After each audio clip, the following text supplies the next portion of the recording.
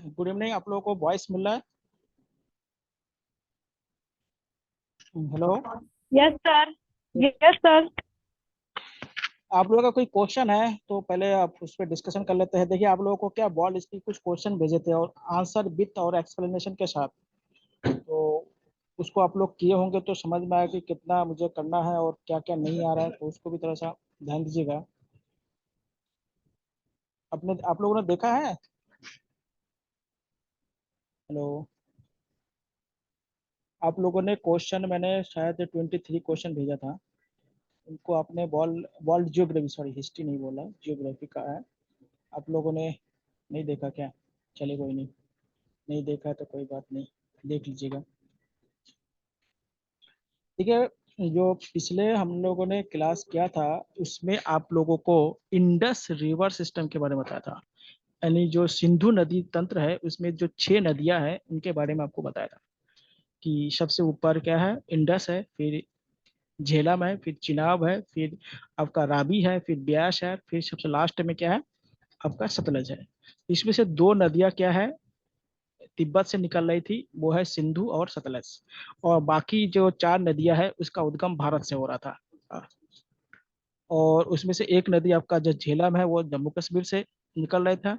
और बाकी जो 3 नदी है वो आपका हिमाचल प्रदेश से निकल रहा था। और यही सब नदी जाके जब पाकिस्तान में पहुंचते हैं तो पाकिस्तान में इनको जगह जहाँ पे ये सारी नदियां मिलती है उसको मीठन कोट कहा गया है।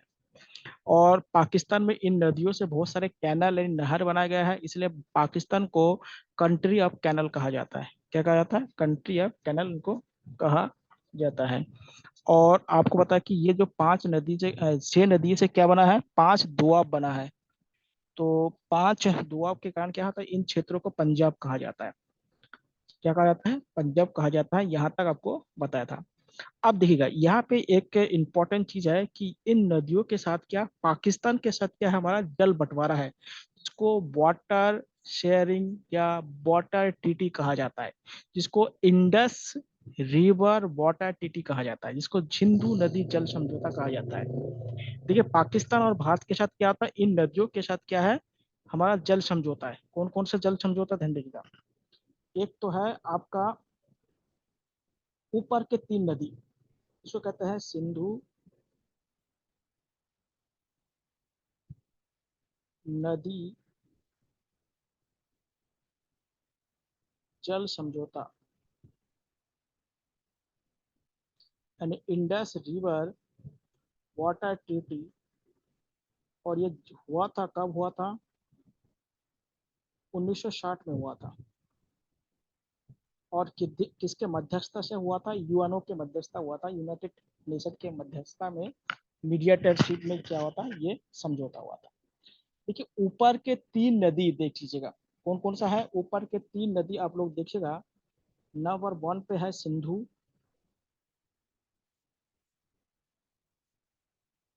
दूसरे नंबर पे है क्या आपका झेलम, और तीसरे नंबर पे क्या है आपका चिनाब। ये जो 3 नदी आपको दिखाई दे रहा है, इस 3 नदी में क्या है, वाटर शेयरिंग क्या क्या होता है, परसेंटेज थोड़ा सा डिफरेंस है। देखिए, इन 3 नदी के साथ वाटर शेयरिंग कैसे समझ लीजिएगा। इन 3 नदियों का जितना भी पानी होगा उसका 80% पानी, वाटर 80% जल पाकिस्तान को मिलेगा। किसको मिलेगा? पाकिस्तान को। ध्यान दीजिएगा, 80% जल क्या है, पाकिस्तान को। और 20% जो जल है वो किनको मिलेगा? भारत को मिलेगा।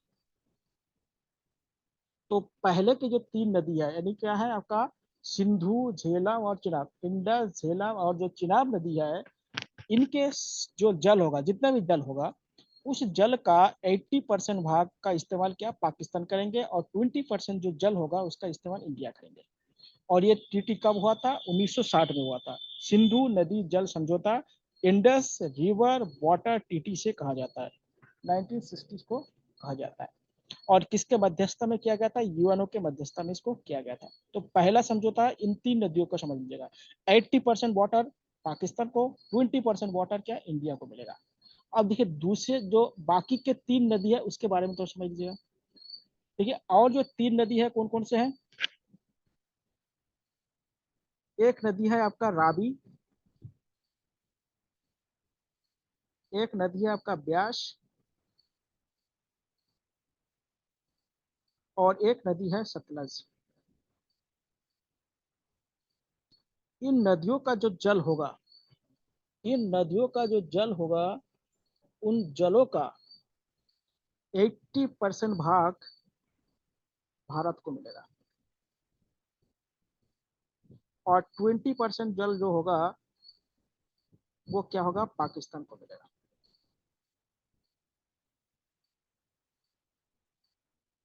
समझिएगा, 20% पाकिस्तान को, रावी नदी, ब्यास नदी, सतलज नदी, या रावी रिवर, सतलज और ब्यास रिवर का जितने भी वाटर होगा उसका 80% भाग क्या होगा, इंडिया को मिलेगा, और 20% पार्ट क्या है आपका, पाकिस्तान को मिलेगा। एक बात समझिएगा, दुनिया में भारत एक ऐसा देश है जो अपने पड़ोसियों के साथ क्या वाटर शेयरिंग किया है। दुनिया में दूसरे कोई भी देश क्या है इस तरह का क्या कोई ट्रीटी नहीं किया है। इंडिया क्या है, ये इंडिया की गलती मान लीजिए, या हो सकता है कि परिस्थिति जो भी हो रहा हो, लेकिन इस तरह के ट्रीटी क्या है बाकी दूसरे देशों में क्या है नहीं कर रखा। इससे देखिए क्या होगा भाई, जो वाटर है वो नेचुरल रिसोर्स है, और नेचुरल और इस समय क्या है, वाटर का बहुत ज्यादा यूज है लाइफ में। और वाटर का क्या है, आप जानते हैं जल ही जीवन है, तो वाटर का क्या होता है, आजकल वाटर डिप्लोमेसी बहुत ज्यादा चल रहा है। अभी आपको बताऊंगा, जब ब्रह्मपुत्र नदी बताऊंगा ना, तो ब्रह्मपुत्र नदी पे क्या होता है, चाइना ने बहुत से डैम बना रखा है। अगर वो डैम अगर किसी दिन चाइना ने ओपन कर दिया तो उसके देखिए उसका ढलान जो है ना, स्लोप, वो क्या है दक्षिण की तरफ है।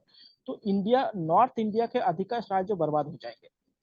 अगर मान ले अगर चाइना और इंडिया के साथ कभी युद्ध हो जाए, और क्या होता है प्रत्यक्ष रूप से अगर जीत ना पाए चाइना, तो ये वाटर जो डिप्लोमेसी है उसके माध्यम से भी क्या होता है अटैक कर सकता है, आक्रमण कर सकता है।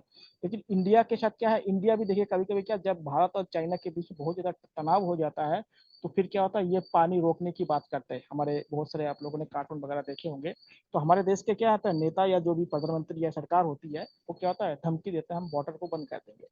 तो वाटर, इसको कहते हैं वाटर डिप्लोमेसी कहा जाता है, इसको कहते हैं जल रणनीति कहा जाता है। तो आजकल वाटर डिप्लोमेसी बहुत ज़्यादा इंपॉर्टेंट है। अब देखिए भारत बांग्लादेश के साथ, भारत पाकिस्तान, भारत म्यांमार, भारत भूटान, भारत चाइना, सबके साथ भारत ने जल समझौता कर रखा है। नेपाल के साथ भी जल, तो नेपाल भूटान कितने छोटे छोटे देश है, इनके साथ भी भारत ने क्या जल समझौता किया है। तो क्या है, ये भी क्या होता है एक डिप्लोमेसी की कमी माना जाता है, क्योंकि जल या वाटर का क्या होता है इंपॉर्टेंस दिनों दिन बढ़ता जा रहा है। तो ये एक प्रकार के क्या होता है बहुत बड़ा हथियार बनता जा रहा है। तो समझ लीजिएगा ब्यास नदी, रावी नदी, सतलज नदी का जो 80% वाटर है वो जाएगा आपके भारत को, और 20% वाटर को किसको मिलेगा, पाकिस्तान को मिलेगा। इसलिए देखिए पहले आपको पता कि जो झेलम, सिंधु और जो चिनाब है, इसका 80% वाटर क्या है आपका पाकिस्तान को मिल रहा था, और 20% इंडिया को। इसलिए बताना कि पाकिस्तान में नहरें बहुत है, क्योंकि वहाँ पे बारिश बहुत कम होता है। आपको बताया था जो अरावली पर्वत जो पाकिस्तान के पैरेलल में है यानी समानांतर में है, इसलिए जो बादल होता है वो क्या होता है डायरेक्ट क्या होता है पाकिस्तान नहीं जा पाता है। तो इसलिए क्या पाकिस्तान में बहुत ही कम बारिश होता है। इसलिए अभी बताओ कि पाकिस्तान को क्या कहते हैं, कंट्री ऑफ कैनल कहा जाता है, नहीं कि नहरों का देश कहा जाता है। धन्यवाद जी। और ये जितने भी नदी बताया था ये सब जाके कहाँ पे गिरती है, अरब सागर में गिरती है। आपको पहले पहले दिन बता दिया था ये जो 6 नदी के बारे में आपको बताया ना, इनका क्या था जो गंतव्य स्थान है या जहाज में मिलती है वो क्या अरबियन सी है, तो अरब सी में जाके ये मिल जाती है। धन्यवाद। तो ये हो गया आपके इंडस रिवर। अब आता है गंगा रिवर सिस्टम के बारे में बात करते हैं। देखिए गंगा रिवर सिस्टम जो है ना वो उत्तराखंड से ही उसका ओरिजिन होता है, इसलिए 2-3 चीज उत्तराखंड से भी क्या होता है इसमें क्वेश्चन बहुत ज्यादा पूछ जाते हैं। तो आप लोग अगला हेडिंग डालिएगा, गंगा नदी तंत्र। गंगा नदी तंत्र या गंगा रिवर सिस्टम। देखिए गंगा नदी का जो मेन दो जो नदी है जिसको गंगा यमुना कहा जाता है, उन दोनों का जो ओरिजिन है वो उत्तराखंड है। कहाँ से है? दोनों की ओरिजिन उत्तराखंड है। पहले समझ लीजिएगा। देखिए गंगा नदी जो देवप्रयाग के बाद ही गंगा बनती है। देवप्रयाग से पहले दो जलधाराएं हैं, जो अलकनंदा और भागीरथी है, जो देवप्रयाग में आके मिलती है और उसके बाद गंगा कहलाती है। और एक बात ध्यान, ये जो गंगा नदी का जो अलकनंदा वाला धारा है उसमें पंच प्रयाग पाया जाता है। यानी वहां पे 5 जगह पे क्या था, अलग अलग नदियों का संगम। देखिए प्रयाग का मतलब होता है कहीं पे दो चीज का मिलन होना। तो जो अलकनंदा, देखिए जो पंच प्रयाग है उसमें जो मेन नदी है वो अलकनंदा, और उनके साथ अलग अलग नदी मिलता है, जैसे धोला गंगा हो गया, पिंडर हो गया, नंदाकिनी हो गया, मंदाकिनी हो गया, ये सब नदी आपस में मिलती है तो अलग अलग प्रयाग का निर्माण करते हैं। वो सारे आपको इसमें बताना है, ध्यान दीजिएगा। उसके बाद क्या होता है, गंगा जो नदी है, जो भागीरथी वाला जो पार्ट है वो क्या होता है, आपके टिहरी डैम बनाती है।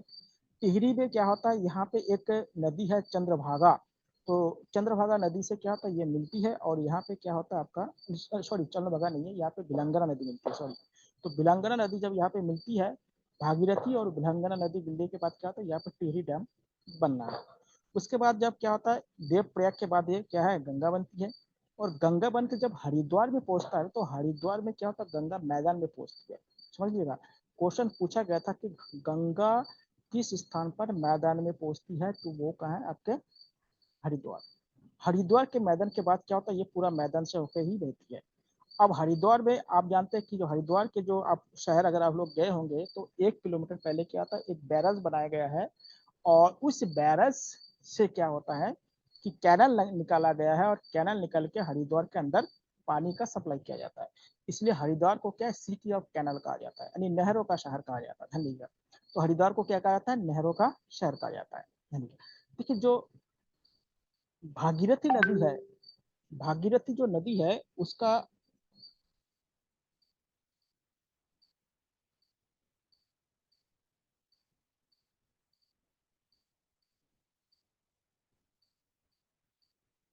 ये देखिए भागीरथी जो नदी है, उनका जो उद्गम स्थान है वो है गोमुख। भागीरथी का बोल रहा हूँ, उसका उद्गम क्या है, गोमुख है। और जिस ग्लेशियर से निकलती है वो ग्लेशियर है आपका गंगोत्री। ग्लेशियर का नाम क्या है, गंगोत्री। और जिस जगह से ये नदी के रूप में ये बनता आकार लेती है, उसे को अब गोमुख कहा जाता है। उसे क्या कहते हैं, गोमुख कहा जाता है। लेकिन जो अलकनंदा है, अलकनंदा देखिएगा, जो देखिए जो भागीरथी है ये चमोली, चमोली कह रहा हूँ, ये उत्तरकाशी से निकलती है। उत्तरकाशी डिस्ट्रिक्ट से क्या होता है, ये आपका भागीरथी निकलती है। और जो चमोली डिस्ट्रिक्ट है, चमोली डिस्ट्रिक्ट में एक ग्लेशियर है, संतोपत ग्लेशियर। और वहां पे एक लेक है जिसका संतोपत लेक का है, अभी लिखा दूंगा सबको। तो संतोपत लेक है, वहां से क्या होता है, अलकनंदा की धार या अलकनंदा जो रिवर है वो बनती है, हर जगह।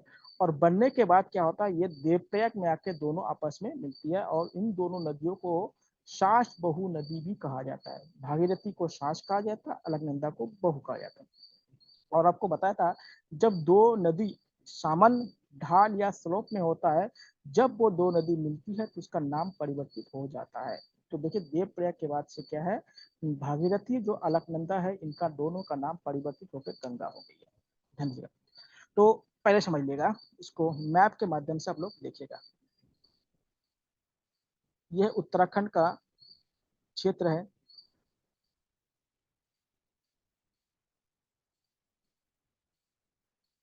देखिए यहाँ पे इसको थोड़ा सा विस्तार से समझिएगा।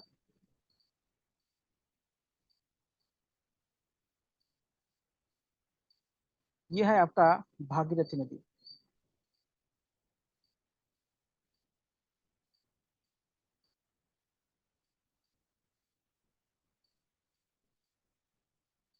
और यह है आपका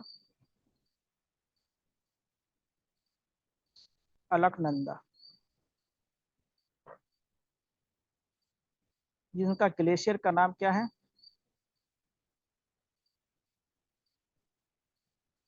गंगोत्री।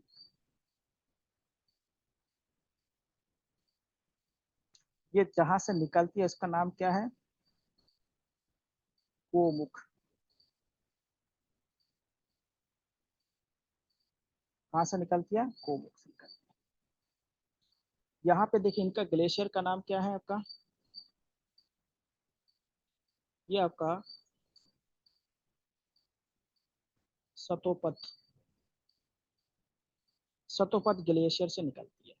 यानी ये है सतोपत, था है ये, यानी कि ये सतोपत ग्लेशियर से निकलती है और ये गंगोत्री ग्लेशियर से निकलती है। और बताइए उत्तराखंड में गंगोत्री ग्लेशियर सबसे बड़ी ग्लेशियर है, तो इतना समझ लीजिएगा। अब देखिएगा इसमें अलग अलग जगह पे 5 नदियां आके मिलती है। ये है आपका एक नदी है जिसे आप कहते हैं मंदाकिनी नदी। ये जो मंदाकिनी नदी है, इस नदी पर ही क्या है, रुद्रप्रयाग में केदारनाथ मंदिर स्थित है। ध्यान दीजिएगा, ये जो मंदाकिनी नदी है, ये मंदाकिनी नदी कहाँ पे है, रुद्रप्रयाग में है। और यहीं पे क्या है, केदारनाथ मंदिर है। और जो अलकनंदा नदी है ना, इसी के किनारे पर क्या है आपका, चमोली में आपका बद्रीनाथ मंदिर है। ध्यान दीजिएगा, मंदाकिनी नदी पर केदारनाथ मंदिर है और आपका अलकनंदा नदी पर बद्रीनाथ। बद्रीनाथ क्या है, भगवान विष्णु से संबंधित है, और जो केदारनाथ है भगवान शिव से संबंधित है। ध्यान दीजिएगा, मंदाकिनी नदी पर केदारनाथ और अलकनंदा नदी पर बद्रीनाथ। अब देखिए यहाँ पे जो मिलती है जो नदी मंदाकिनी, तो मंदाकिनी जब मिलती है तो वहां पे क्या बनता है आपका, रुद्रप्रयाग बनता है। रुद्रप्रयाग, जहाँ पे मंदाकिनी मिलती है वहां पे क्या है, रुद्रप्रयाग है। जहाँ पे अलकनंदा और भागीरथी नदी मिलती है उसको देवप्रयाग कहा जाता है। देवप्रयाग, ध्यान दीजिएगा। यहाँ पे 3 नदी और मिलती है इनके इस साइड से, समझिएगा। यहाँ पे जो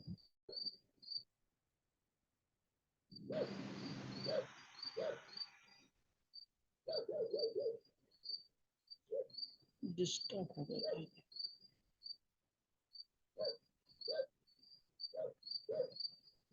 चलिए डिस्टर्ब हो गया, चलिए कोई नहीं। देखिएगा ये आपका नदी है, यहाँ पे आपका देवप्रयाग,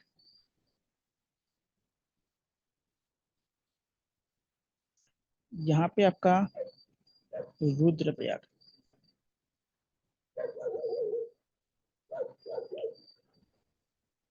यहाँ पे जो प्रयाग है, एक यहाँ पे प्रयाग है और एक यहाँ पे प्रयाग है।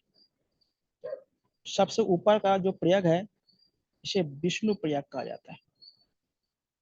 यहाँ पे कौन सा प्रयाग है, विष्णु प्रयाग, विष्णु प्रयाग। यहाँ पे क्या है, नंद प्रयाग।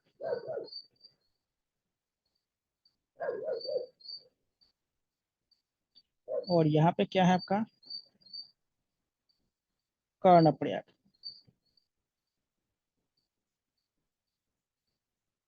ध्यान रखिए, देखिए जो विष्णु प्रयाग है, विष्णु प्रयाग अलकनंदा और कौन सी नदी मिलती है, धौली गंगा, धौली गंगा नदी यहाँ पे मिलती है। उसके बाद नंद प्रयाग में क्या है, नंदाकिनी। अभी लिखा देता हूँ इसको बढ़िया से, एक बार समझ लीजिएगा, नंदाकिनी। और कर्ण प्रयाग में आपका पिंडर नदी मिलती है, पिंडर नदी। उसके बाद आपका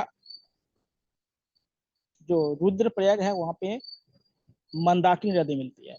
और देव प्रयाग में भागीरथी और आपका कौन सी नदी मिलती है, भागीरथी और आपका अलकनंदा नदी। देखिए इसमें अलकनंदा जो नदी है ना वो कॉमन है सभी 5 प्रयाग में, जिसको पंच प्रयाग कहते हैं। पंच प्रयागों में जो अलकनंदा नदी है वो कॉमन है, और बाकी जो नदी इसमें क्या होता है, बाकी आपके नदी मिलती रहती है। देखिए सबसे पहले ऊपर अगर आपको देखा जाए अगर क्रम से, तो सबसे पहले है विष्णु, विष्णु प्रयाग सबसे उत्तर में है। विष्णु प्रयाग में देखिए अलकनंदा तो सबके साथ मिला हुआ है, इसमें कौन सी नदी आके मिलती है, धौली गंगा, धौली गंगा। दूसरे नंबर पे है आपका नंद प्रयाग,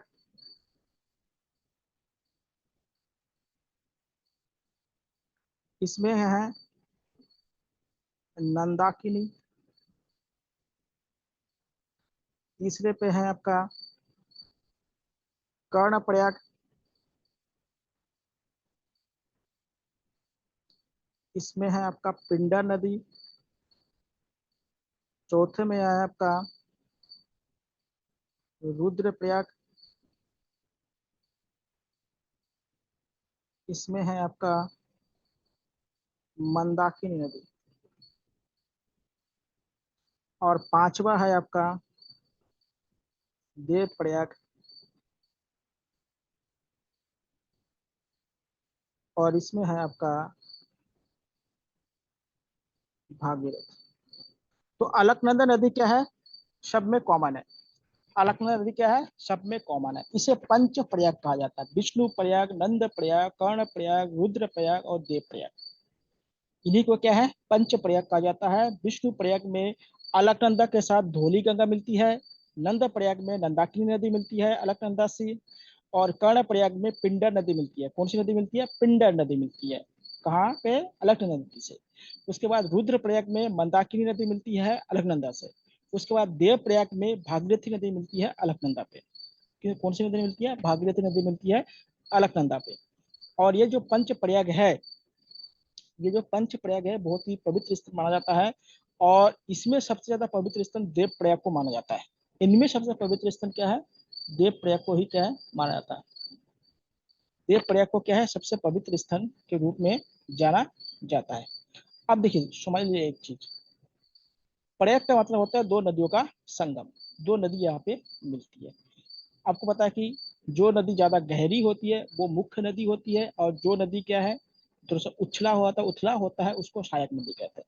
इसमें धौली गंगा सहायक नदी है, नंदाकिनी सहायक नदी है, पिंडर सहायक नदी है, मंदाकिनी सहायक नदी है, और आपका क्या, जो भागीरथी, और इसको सहायक नहीं कहेंगे कि दोनों मिलकर नाम बदल जाए। ठीक है। इसमें अलकनंदा क्या है, देव प्रयाग से ऊपर जो चार प्रयाग है उसमें मुख्य नदी है। और अलकनंदा नदी पर क्या है, जो आपका बद्रीनाथ स्थित है, जो चमोली डिस्ट्रिक्ट में है। बद्रीनाथ कहाँ पे है, चमोली डिस्ट्रिक्ट में है। और जो मंदाकिनी नदी है उस पर क्या है आपका केदारनाथ मंदिर स्थित है, और रुद्रप्रयाग में है। रुद्रप्रयाग डिस्ट्रिक्ट है, आप लोग जानते हैं उत्तराखंड में। तो रुद्रप्रयाग जो डिस्ट्रिक्ट है उसमें आपका केदारनाथ स्थित है। ठीक है। तो ये देखिएगा क्या है, इन लोगों का उद्गम स्थल। तो भागीरथी कहाँ से निकलती है, गोमुख से। ग्लेशियर कौन सी है, गोमुख। ग्लेशियर कौन सी है, आपका गंगोत्री। अलकनंदा कहाँ से निकलती है, संतोपत ग्लेशियर से। ग्लेशियर का नाम क्या है, ग्लेशियर। और जो ओरिजिन वाला स्थान है उसको क्या है, संतोपत लेक या झील कहा जाता है, जो कहाँ पे है, चमोली में। और भागीरथी कहाँ, किस डिस्ट्रिक्ट से निकलती है, उत्तरकाशी से। भागीरथी उत्तरकाशी से, और जो अलकनंदा है वो चमोली से निकलती है। तो ये आप लोग समझ लीजिए।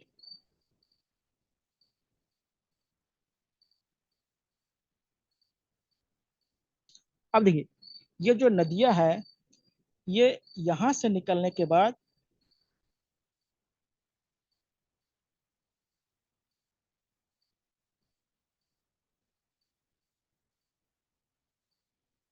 और इसकी एक धारा क्या है, यहां से जाती है।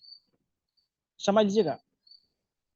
उत्तराखंड से निकलने के बाद गंगा नदी क्या है, हरिद्वार में मैदान में उतरती है, और हरिद्वार के बाद क्या है, देखिए वो पहुंच जाता है यूपी बिजनौर। बिजनौर डिस्ट्रिक्ट में पहुंचता है। यूपी के किस डिस्ट्रिक्ट में पहुंचता है, बिजनौर। और बिजनौर यूपी से बहकर ये कहाँ पहुंच जाता है, ये पहुंच जाता है आपका बिहार। और बिहार से जाने के बाद कहाँ पहुंचते हैं, झारखंड में थोड़ा सा भाग इसमें आता है, लेकिन झारखंड के मेन भाग इसमें नहीं आता है। फिर चला जाता है ये पश्चिम बंगाल। पश्चिम बंगाल, ये देखिएगा एक पॉइंट है जहाँ पे इस नदी का क्या होता है, यहाँ पे एक बैराज बनाया गया है। यहाँ पे देखिएगा, यहाँ पे एक बैराज बनाया गया है।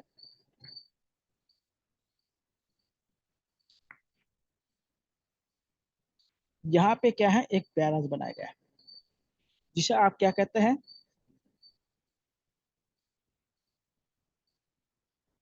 फरक्का बैराज कहा जाता है।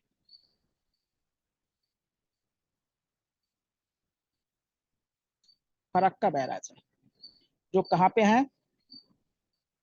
वेस्ट बंगाल, पश्चिम बंगाल में।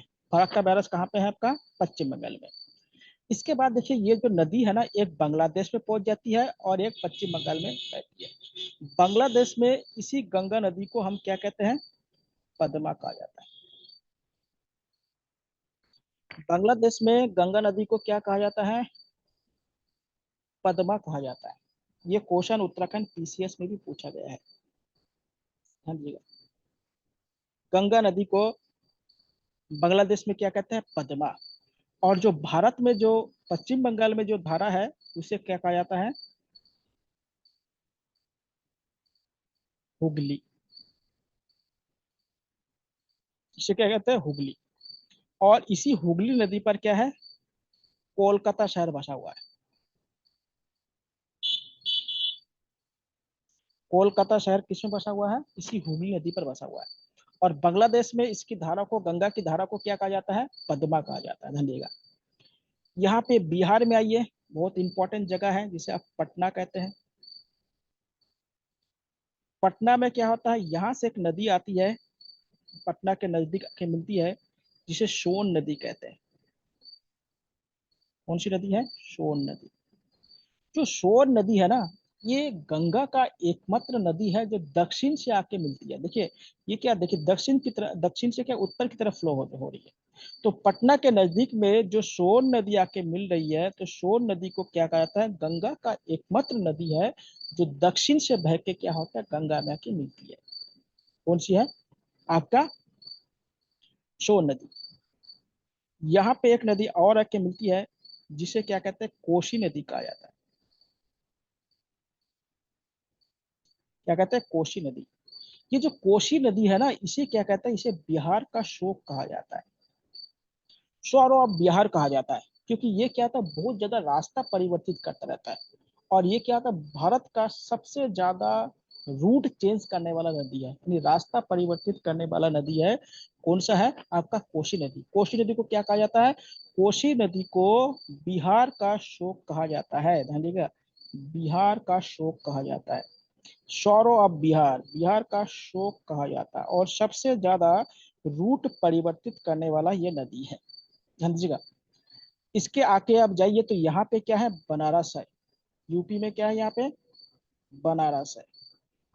बनारस भी क्या, गंगा पे किनारे पे है, आप लोग जानते हैं। बनारस से थोड़ा सा अगर ऊपर जाएंगे तो यहाँ पे क्या है? प्रयागराज है। पहले इसको इलाहाबाद कहते थे, आज इसका नाम क्या हो गया? प्रयागराज। यहाँ पे एक नदी यहाँ पे आके इनसे मिलती है। यहाँ पे जो नदी है यमुना।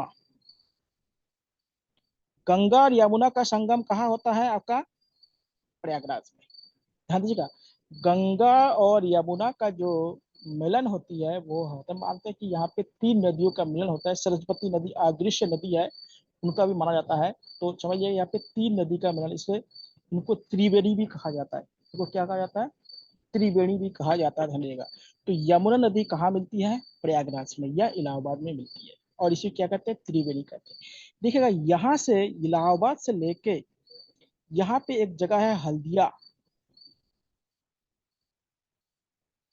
हल्दिया यहाँ तक क्या है? भारत का नेशनल वाटर बेस नंबर 1 स्थित है।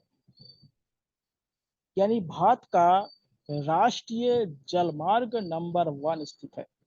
भारत का राष्ट्रीय जलमार्ग नंबर 1 स्थित है। कहां से कहां तक? प्रयागराज से लेके हल्दिया तक।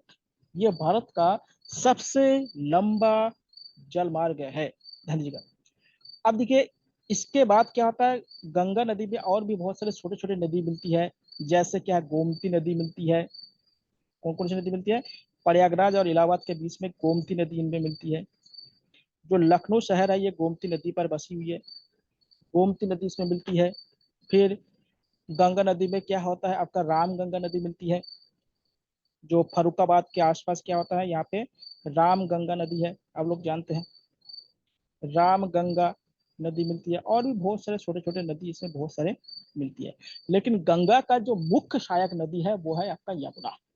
अगर आपसे पूछा जाए कि गंगा का मुख्य सहायक नदी है कितना है आपका, यमुना। अब देखिए गंगा नदी का कुल लंबाई कितनी है, कुल लंबाई, कुल लंबाई 2525 किलोमीटर है, 2525 किलोमीटर, ये 25 है, ठीक है। 2525 किलोमीटर क्या है, गंगा नदी का कुल लंबाई है। और आपसे पूछा जाए कि गंगा नदी का सबसे लंबी गंगा नदी किस राज्य का है, तो सबसे लंबी गंगा नदी क्या है, उत्तर प्रदेश का है। उत्तर प्रदेश में गंगा नदी सबसे ज्यादा लंबी है, 1400 किलोमीटर से ज्यादा लंबी है गंगा नदी उत्तर प्रदेश में, ध्यान दीजिएगा। और सबसे कम कौन सा है, झारखंड में आता है सबसे कम। और फरक्का बैराज कहाँ पे है, पश्चिम बंगाल पे है। गंगा नदी को बांग्लादेश में क्या कहा जाता है, पद्मा कहा जाता है, ठीक है। गंगा नदी को बांग्लादेश में क्या कहता है, पद्मा। प्रयागराज, उसके बाद कन्नौज, उसके बाद कानपुर, सब गंगा नदी पर बसा हुआ है। कानपुर हो गया, कन्नौज हो गया, उसके बाद आपका प्रयागराज हो गया, बनारस हो गया, पटना हो गया, भागलपुर हो गया, ये सारे जो शहर है ये सभी क्या है, गंगा नदी के तट पर है। और जो हरिद्वार हो गया ये भी है। तो ये गंगा नदी पर दो जगह पे कुंभ मेला लगता है, एक आपका हरिद्वार में कुंभ मेला लगता है और एक आपका प्रयागराज में लगता है। अभी देखिए 2025 में क्या है, जो प्रयागराज है, यहाँ पे क्या है, वार्षिक जो 12 वर्ष के बाद जो कुंभ मेला होता है, 12 वर्ष वाला, वो आपका कुंभ मेला है। तो दो जगह पे देखिए, भारत में 4 जगह पे कुंभ मेला लगता है, उसमें से 2 जगह पे गंगा में लगती है। एक आपका उज्जैन में लगता है शिप्रा नदी के तट पर, और एक आपका नासिक में लगता है जहाँ पे क्या है, गोदावरी नदी है। तो गंगा नदी पे 2 जगह पे कुंभ मेला लगता है, एक है आपका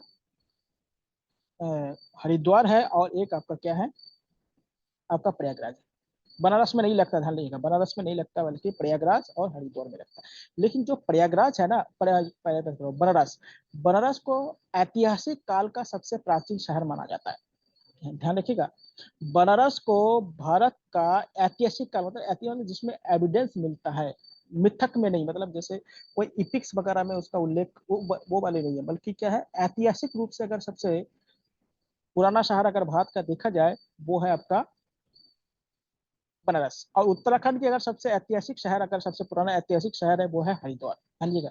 उत्तराखंड में सबसे प्राचीन ऐतिहासिक जो शहर है वो है आपका हरिद्वार है।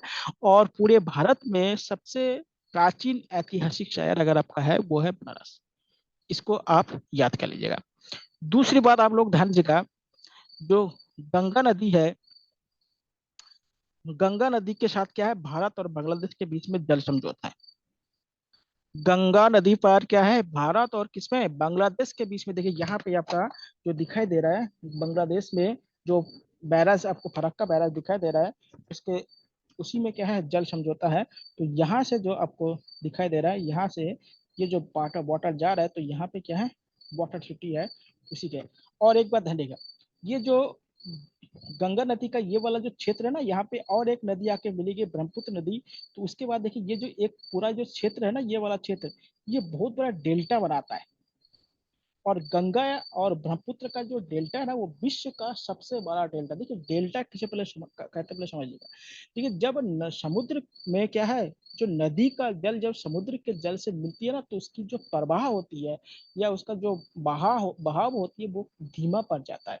क्यों पड़ जाता है, क्योंकि वहां पे आके तो समुद्र का जल क्या होता है, खारा होता है, यानी नमकीन होता है, और जो नदी का जल उसमें कम नमकीन होता है। तो नमकीन के कारण क्या होता है, वहां पे अपक्षेपण होने लगता है। और दूसरी बात क्या होता है, यहाँ पे आके जो सिल्ट है वो धीरे धीरे जमने लगता है। सिल्ट मतलब जो गाद कहते हैं, वो धीरे धीरे जमने लगता है।